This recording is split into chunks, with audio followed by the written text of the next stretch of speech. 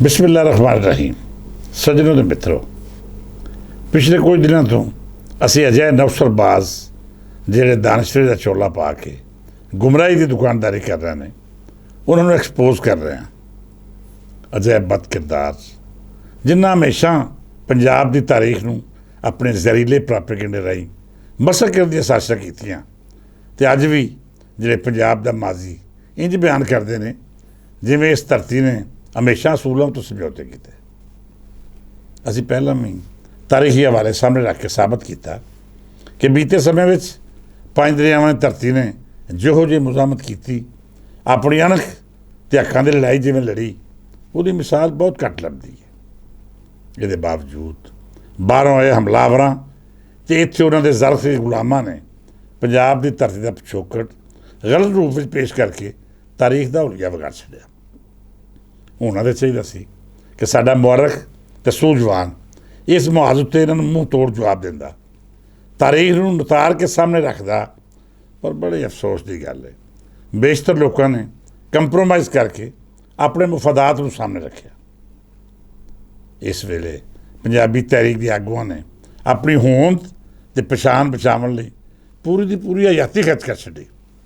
Doctor ਫਕੀਰ ਫਕੀਰ ਤੋਂ ਲੈ ਕੇ ਤੁਹਾਡੇ ਖਾਦਮ ਤੀਕਰ ਤਾਰੀਖ ਦਾ ਨਤਾਰਾ ਕਰਨ ਵਾਲੇ ਹਰ ਦੌਰ ਵਿੱਚ ਮੁਸੀਬਤਾਂ ਦਾ ਸਾਹਮਣਾ ਵੀ ਕਰਦੇ ਰਹੇ ਅਤੇ ਅਸ਼ਰਾਫੀਆ ਦੀ ਬਦਮਾਸ਼ੀ ਨੂੰ ਵੀ ਫੇਸ ਕਰਦੇ ਰਹੇ।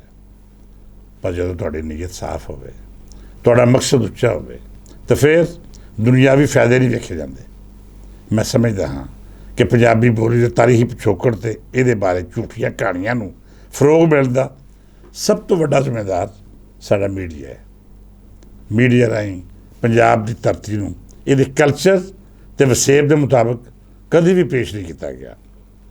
ਮੇਨ ਸਟ੍ਰੀਮ ਮੀਡੀਆ ਚੂੰਕਿ ਹਮੇਸ਼ਾ ਤੋਂ ਅਸ਼ਰਾਫੀਆ ਦੇ ਜ਼ੇਰੇ ਅਸਰ ਰਿਹਾ ਹੈ, ਸੋ ਉਸ ਥਾਵੇਂ ਅਜਿਹੇ ਲੋਕਾਂ ਨੂੰ ਪ੍ਰਮੋਟ ਕੀਤਾ ਗਿਆ ਜਿਨ੍ਹਾਂ ਦੀ ਸੋਚ ਪੰਜਾਬ ਦੇ ਹਵਾਲੇ ਨਾਲ ਮੁਤਸਬਾਨਾ ਅਤੇ ਮਕਰੂਹ ਸੀ। ਮੈਂ ਸਿਰਫ ਅੱਜ ਦੀ ਗੱਲ ਨਹੀਂ ਕਰ ਰਿਹਾ, ਤੁਸੀਂ ਉਸ ਦੌਰ ਦੇ ਮੀਡੀਆ ਦਾ ਵੀ ਜ਼ਿਆਦਾ ਲੈ ਲਵੋ ਜਦੋਂ PTV ਰਾਹੀਂ ਪ੍ਰਾਪੇਗੈਂਡਾ ਉਹ ਹੀ ਹੁੰਦਾ ਸੀ ਅਤੇ ਲੋਕਾਂ ਨੂੰ ਮਾਲੂਮਾਤ ਦੇਣ ਦੇ ਨਾਂ ਉੱਤੇ ਸਰਕਾਰੀ ਪਾਲਿਸੀ ਦੇ ਹੇਠ ਲਿਖੀ ਗਈ ਤਾਰੀਖ ਵਿਖਾਈ ਜਾਂਦੀ ਸੀ। ਜਦੋਂ ਬੈਰੂਨੀ ਹਮਲਾਵਰਾਂ ਨੂੰ ਹੀਰੋ ਬਣਾ ਕੇ ਪੇਸ਼ ਕੀਤਾ ਜਾਂਦਾ ਸੀ ਅਤੇ ਮੁਕਾਮੀ ਮੁਜ਼ਾਮਤਕਾਰਾਂ ਨੂੰ ਵਿਲਨ ਜਾਂ ਮੰਨਫੀ ਕਿਰਦਾਰ ਦੇ ਰੂਪ ਵਿੱਚ ਸਾਹਮਣੇ ਲਿਆਂਦਾ ਜਾਂਦਾ ਸੀ। ਸਾਡੇ ਅਸ਼ਰਾਫੀਆ ਖਾਸ ਤੌਰ 'ਤੇ ਪੰਜਾਬ ਦੀ ਧਰਤੀ ਨਾਲ ਇਸ ਜ਼ੁਲਮ ਨੂੰ ਆਪਣੀ ਗੈਰ ਬਿਆਨੀਆ ਪਾਲਿਸੀ ਬਣਾ ਕੇ ਹਮੇਸ਼ਾ ਸਾਡੇ ਨਾਲ ਤਰੋ ਕੀਤਾ, ਜਿਹਦਾ ਅਜ਼ਾਲਾ ਕਰਨ ਲਈ ਮੇਰੇ ਜਿਹੇ ਫਕੀਰਾਂ ਨੂੰ ਕਈ ਜਨਮ ਲੈਣੇ ਪੈਣਗੇ। ਮਿੱਤਰ ਪਿਆਰਿਓ, ਆਮਦ ਮੀਰ ਦਾ ਮਕਰੂ ਤੇ ਅਸੀਂ ਮੁਸਲਸਲ ਠੱਪ ਹੀ ਰਹੇ ਹਾਂ। ਉਹਦੇ ਨਾਲ ਹੋਰ ਵੀ ਕਈ ਅਜਿਹੇ ਮੁਸੀਬਤ ਖਾਨੇ ਨੇ ਜਿਹੜੇ ਸਮਝਦੇ ਨੇ ਕਿ ਸ਼ਾਇਦ ਅੱਜ ਦੇ ਦੌਰ ਵਿੱਚ ਵੀ ਅਸੀਂ ਪੰਜਾਬ ਨੂੰ ਮੰਦਾ ਬੋਲਾਂਗੇ, ਇਹਦੇ ਹੱਕ ਮਾਰਾਂਗੇ ਜਾਂ ਫਿਰ ਇਹਦੇ ਰਹਿਤਰ ਬਾਰੇ ਕੁਝ ਵੀ ਬਕਵਾਸ ਕਰਾਂਗੇ ਅਤੇ ਅੱਗੋਂ ਕੋਈ ਰੱਦ ਅਮਲ ਸਾਹਮਣੇ ਨਹੀਂ ਆਵੇਗਾ। ਮੈਂ ਨਵੀਂ ਨਸਲ ਤੋਂ ਬਹੁਤ ਰਾਜ਼ੀ ਹਾਂ, ਕਿਉਂਕਿ ਇਹਨਾਂ ਨੇ ਪੰਜਾਬ ਦਾ ਮੁਕੱਦਮਾ ਆਪਣੇ ਹੱਥ ਵਿੱਚ ਲੈ ਕੇ ਝੂਠੇ ਦਾਨਸ਼ਵਰਾਂ ਨੂੰ ਮੂੰਹ ਤੋੜ ਜਵਾਬ ਦੇਣ ਦਾ ਜਿਹੜਾ ਸਿਲਸਿਲਾ ਸ਼ੁਰੂ ਕਰ ਰੱਖਿਆ ਹੈ, ਉਹ ਪੰਜਾਬੀ ਤਹਿਰੀਕ ਦੇ ਆਗੂਆਂ ਦੀ ਮੁਸਲਸਲ ਮਿਹਨਤ ਅਤੇ ਰਿਆਜ਼ਤ ਦਾ ਨਤੀਜਾ ਹੈ। ਅੱਜ ਕੋਈ ਹਾਮਦ ਮੀਰ ਹੋਵੇ ਜਾਂ ਮਨਸੂਰ ਅਲੀ ਖਾਂ, ਆਫਤਾਬ ਇਕਬਾਲ ਦੀ ਝੂਠ ਹੋਵੇ ਜਾਂ ਕੋਈ ਅਜਿਹਾ ਹੋਰ ਦੌਲਤ ਸ਼ਾਹ ਦਾ ਚੂਹਾ, ਉਹਨੂੰ ਮੌਕੇ ਉੱਤੇ ਜਵਾਬ ਅਜਿਹਾ ਮਿਲਦਾ ਹੈ ਜਿਹੜਾ ਉਹਨੂੰ ਉੱਤੋਂ ਹੇਠੋਂ ਪੂਰੀ ਤਰ੍ਹਾਂ ਠੰਡ ਪਾ ਦਿੰਦਾ ਹੈ। ਮੈਂ ਇਸ ਗੱਲ 'ਤੇ ਵੀ ਰਾਜ਼ੀ ਹਾਂ ਕਿ ਅੱਜ ਦਾ ਨੌਜਵਾਨ ਪੰਜਾਬੀ ਗਾਲਮੰਦੇ ਦਾ ਜਵਾਬ ਦਲੀਲਾਂ ਰਾਹੀਂ ਦੇ ਕੇ ਇਹ ਵੀ ਸਾਬਤ ਕਰਦਾ ਹੈ ਕਿ ਸਾਡੇ ਵੱਡ ਵਡੇਰੇ ਜਾਹਿਲ, ਬੇਸ਼ਰਮ ਅਤੇ ਬਗੈਰਤ ਨਹੀਂ ਸਨ, ਬਲਕਿ ਸ਼ਊਰ ਅਤੇ ਫਿਕਰ ਦੀ ਉਸ ਮੰਜ਼ਿਲ ਉੱਤੇ ਸਨ ਜਿੱਥੇ ਦੂਜੇ ਦੀ ਗੱਲ ਨੂੰ ਬਰਦਾਸ਼ਤ ਕਰਨ ਦਾ ਹੌਸਲਾ ਅਤੇ ਉਸ ਨੂੰ ਮੁਹੱਜ਼ਬ ਜ਼ੁਬਾਨ ਵਿੱਚ ਜਵਾਬ ਦੇਣ ਦੀ ਤਰਬੀਅਤ ਦਿੱਤੀ ਜਾਂਦੀ ਸੀ। ਮੈਂ ਵਾਅਦੇ ਕਰਦਾ ਜਾਵਾਂ ਕਿਉਂਕਿ ਇਹ ਵੀ ਨਾ ਸਮਝ ਲਵੇ ਕਿ ਤੁਸੀਂ ਮੁਸਲਸਲ ਪੰਜਾਬ ਬਾਰੇ ਬਕਵਾਸ ਕਰੋਗੇ, ਤਾਰੀਖ ਨੂੰ ਮਸਖ ਕਰਕੇ ਆਪਣੇ ਮਫਾਦਾਂ ਦੇ ਸ਼ਤੰਜ ਉੱਤੇ ਮਰਜ਼ੀ ਦੀਆਂ ਚਾਲਾਂ ਚੱਲ ਕੇ ਨਤੀਜੇ ਆਪਣੀ ਸੋਚ ਮੁਤਾਬਕ ਕੱਢਣ ਦਾ ਖਿਆਲ ਕਰੋਗੇ ਅਤੇ ਬੇਲੀਓ ਅਜੋਕੇ ਵੇਲੇ ਵਿੱਚ ਇਸ ਤੋਂ ਵੱਡੀ ਕੋਈ ਗਲਤਫਹਿਮੀ ਨਹੀਂ ਹੋ ਸਕਦੀ। ਸਾਡਾ ਨੌਜਵਾਨ ਦਲੀਲ ਦੇਣਾ ਵੀ ਜਾਣਦਾ ਹੈ ਅਤੇ ਭਗਤ ਸਿੰਘ ਵਾਂਗੂ ਮੁਜ਼ਾਮਤੀ ਮਿਜ਼ਾਜ ਵੀ ਉਹਦੀ ਬੁਨਿਆਦ ਵਿੱਚ ਸ਼ਾਮਲ ਹੈ।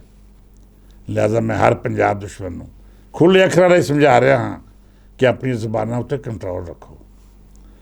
ਪੰਜਾਬ ਦੀ ਧਰਤੀ ਦੇ ਹੀਰੋਜ਼ ਨੂੰ ਮਜ਼ਹਬੀ ਜ਼ਾਵੀਆਂ ਨਾਲ ਵੇਖਣਾ ਛੱਡ ਦਿਓ। ਇੱਥੋਂ ਦੀ ਤਾਰੀਖ ਬਦਲ ਕੇ ਮਸਨੂਈ ਕਹਾਣੀਆਂ ਤਰਤੀਬ ਨਾ ਦਿਓ, ਨਹੀਂ ਤਾਂ ਤੁਹਾਨੂੰ ਅਜਿਹਾ ਜਵਾਬ ਦਿੱਤਾ ਜਾਏਗਾ ਜਿਹੜੀਆਂ ਤੁਹਾਡੀਆਂ 7 ਨਸਲਾਂ ਯਾਦ ਰੱਖਣਗੀਆਂ। ਸੱਜਣੋ ਤੇ ਮਿੱਤਰੋ, ਪਿਛਲੇ ਦਿਨੀਂ ਸੋਸ਼ਲ ਮੀਡੀਆ ਰਾਹੀਂ ਖਬਰ ਮਿਲੀ ਕਿ ਪੰਜਾਬੀ ਸ਼ਾਇਰਾ ਤੇ ਸਾਬਕ ਬਿਊਰੋਕਰੇਟ ਸੂਰਜ ਸੱਦਫ ਹੋਰਾਂ ਦੀ ਸੋਸ਼ਲ ਮੀਡੀਆ ਉੱਤੇ ਕਿਰਦਾਰਕੁਸ਼ੀ ਕੀਤੀ ਜਾ ਰਹੀ ਹੈ। ਮੈਂ ਸੂਰਜ ਸੱਦਫ ਹੋਰਾਂ ਨੂੰ ਬੜੇ ਕਰੀਬ ਤੋਂ ਜਾਣਦਾ ਹਾਂ। ਉਹ ਬਿਊਰੋਕਰੇਟ ਤਾਂ ਨਹੀਂ ਸੀ, ਵੇਲੇ ਦੇ ਨਾਲ ਨਾਲ ਉਹਨੇ ਬਿਊਰੋਕਰੇਟਾਂ ਵਾਲਾ ਮਜ਼ਾਜ ਜ਼ਰੂਰ ਬਣਾ ਲਿਆ। ਖਾਸ ਤੌਰ 'ਤੇ ਪਿਲਾਕ ਜਿਹੇ ਇਦਾਰੇ ਵਿੱਚ ਜਿਵੇਂ ਉਹਨੇ ਕੰਮ ਕੀਤਾ, ਉਹਦੇ ਉੱਤੇ ਬੇਸ਼ੱਕ ਤੁਸੀਂ ਕਈ ਇਤਰਾਜ਼ਾਤ ਕਰ ਲਵੋ, ਪਰ ਇਹ ਗੱਲ ਜ਼ਰੂਰ ਮੰਨਣੀ ਪਵੇਗੀ ਕਿ ਉਸ ਦੇ ਦੌਰ ਵਿੱਚ ਪੰਜਾਬੀ ਕਿਤਾਬਾਂ ਸਟੇਜ ਅਤੇ ਦੂਜੇ ਖੇਤਰਾਂ ਵਿੱਚ ਭਰਵਾਂ ਕੰਮ ਹੋਇਆ। ਮੈਂ ਹਮੇਸ਼ਾ ਉਹਨਾਂ ਲੋਕਾਂ ਦੀ ਨਿੰਦਿਆ ਕੀਤੀ ਹੈ ਜਿਹੜੇ ਆਖਦੇ ਰਹੇ ਕਿ ਇਸ ਭਰਵੇਂ ਕੰਮ ਵਿੱਚ ਬੜੀਆਂ ਚੀਜ਼ਾਂ ਉਹਲੇ ਰੱਖੀਆਂ ਗਈਆਂ ਨੇ।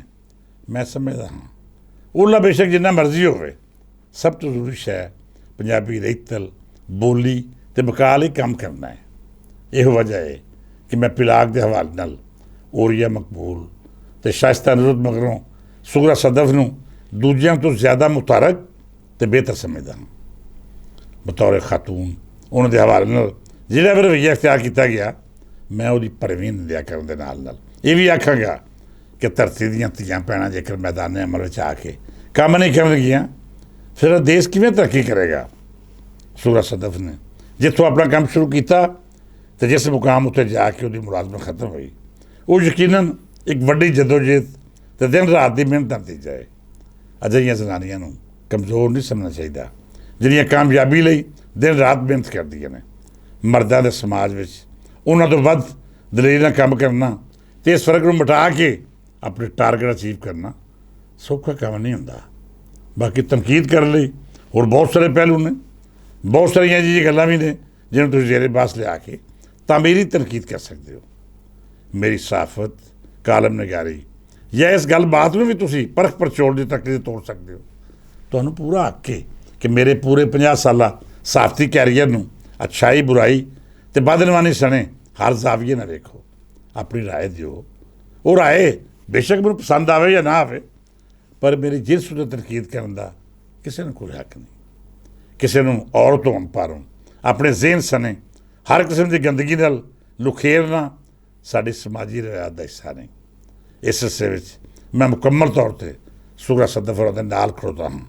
ਹਰ ਉਸ ਸ਼ਖਸ ਦੀ ਨਿੰਦਿਆ ਕਰਦਾ ਹਾਂ ਜਿਹਨੇ ਉਸ ਨੂੰ ਬਤੌਰ ਔਰਤ ਵੇਖਿਆ ਅਤੇ ਬਤੌਰ ਔਰਤ ਉਹਦੇ 'ਤੇ ਤਨਕੀਦ ਕੀਤੀ, ਮੰਦਾ ਬੋਲਿਆ ਜਾਂ ਘਟੀਆ ਗੁਫ਼ਤਗੂ ਕੀਤੀ। ਇਸ ਉਮੀਦ ਨਾਲ ਇਜਾਜ਼ਤ ਦਿਓ ਕਿ ਅਸੀਂ ਦੂਜੇ ਦੀ ਇੱਜ਼ਤ, ਇਤਰਾਮ ਅਤੇ ਮੁਕਾਮ ਨੂੰ ਮਲੂਜ਼ੇ ਖਾਤਰ ਰੱਖਾਂਗੇ। ਇਹਦੇ ਨਾਲ ਨਾਲ ਕਿਸੇ ਵੀ ਅਜਿਹੇ ਤਮਾਸ਼ੇ ਨੂੰ ਆਪਣੀ ਸ਼ੋਹਰਤ ਦੀ ਪੌੜੀ ਨਹੀਂ ਬਣਾਵਾਂਗੇ। ਕੱਲ੍ਹ ਵੇਖਾਂਗੇ ਕਿ ਇਸ ਮੌਜੂਦ 'ਤੇ ਮਜ਼ੀਦ ਗੱਲਬਾਤ ਕਰਨੀ ਹੈ ਜਾਂ ਫਿਰ ਹਾਲਾਤ ਕੋਈ ਹੋਰ ਪਾਸਾ ਬਦਲਦੇ ਨੇ। ਅੱਜ ਲਈ ਇੰਨਾ ਹੀ, ਇਜਾਜ਼ਤ ਦਿਓ। ਰੱਬ ਰੱਖਾ।